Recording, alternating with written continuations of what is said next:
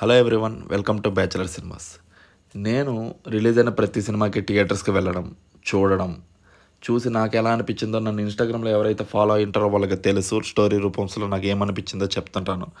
Then I had a thought అనమాట, like ఇలాగే ఎందుకు మనం ఒక రీల్స్ రూపంలో, వీడియో రూపంలో ఎందుకు పోస్ట్ చేయకూడదు అని.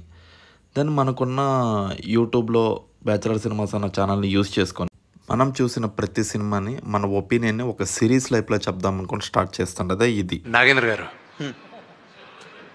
Tomorrow is Friday and this Friday is mine. Yes, మీరు చూసిన తర్వాత మీరు చెప్తారు. ఇంక అన్న చెప్పాడుగా, వెంటనే సెకండ్ షోకి బుక్ మై షోలో టికెట్స్ బుక్ చేసుకుని థియేటర్ సైడ్ అయితే స్టార్ట్ అయిపోయా. ఈరోజు నేను వెళ్తుండేది సంతోష్ నగర్లో ఉన్న యాదగిరి థియేటర్, ఎస్విసి వాళ్ళది. సినిమా 9:30 షోకి థియేటర్ అయితే ఆల్మోస్ట్ 90% ఆక్యుపెన్సీ ఉంది. You know the reason. చూస్తుండగానే సినిమా కూడా స్టార్ట్ అయిపోయింది. ఈ సినిమా శ్రీకాళహస్తిలో భక్త కన్నప్ప గారి లైఫ్ స్టోరీని చెప్తుంది.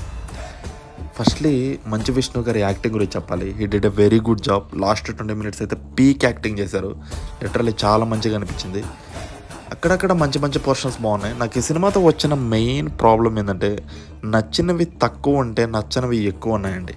ఎవ్రీథింగ్ లుక్స్ ఆర్టిఫిషియల్ అండి. శ్రీకాళహస్తిలో సెటప్ అయిన ఈ స్టోరీని తీసుకుని వెళ్ళి స్విట్జర్లాండ్ ఫారెస్ట్లో చూస్తున్నప్పుడు ఆడియన్స్కి అర్థమైపోద్ది కదా. మంచి హీరో ఎలివేషన్ షాట్స్కి వాటికంతా మోడర్న్ టైప్ మ్యూజిక్ తేడా కొట్టేసింది అక్కడే. మేకప్స్ బాగాలేవు. ఎవరు సరిగ్గా యాక్టింగ్ అయితే ఎవరు 100% ఎఫర్ట్ పెట్టి చేసినట్టు అనిపించట్లేదు. మంచు విష్ణు గారు అతను ప్రొడక్షన్ కాబట్టి అతను చేసినట్టు అనిపిస్తుంది తప్ప వేరే ఎవరైతే అనిపించలేదు. సెకండ్ హాఫ్లో లిటరల్లీ ప్రభాస్ ఇంట్రడక్షన్కి మాత్రమే ఆడియన్స్ సరిసారండి. రిమైనింగ్ ఎక్కడైతే ఒక్కరికి కూడా నోరు తెరవలేదు. That's my opinion on Kannappa. చూడాలనుకుంటే థియేటర్స్కి వెళ్ళి మాత్రమే చూడండి. Please like, share and subscribe to bachelor cinema.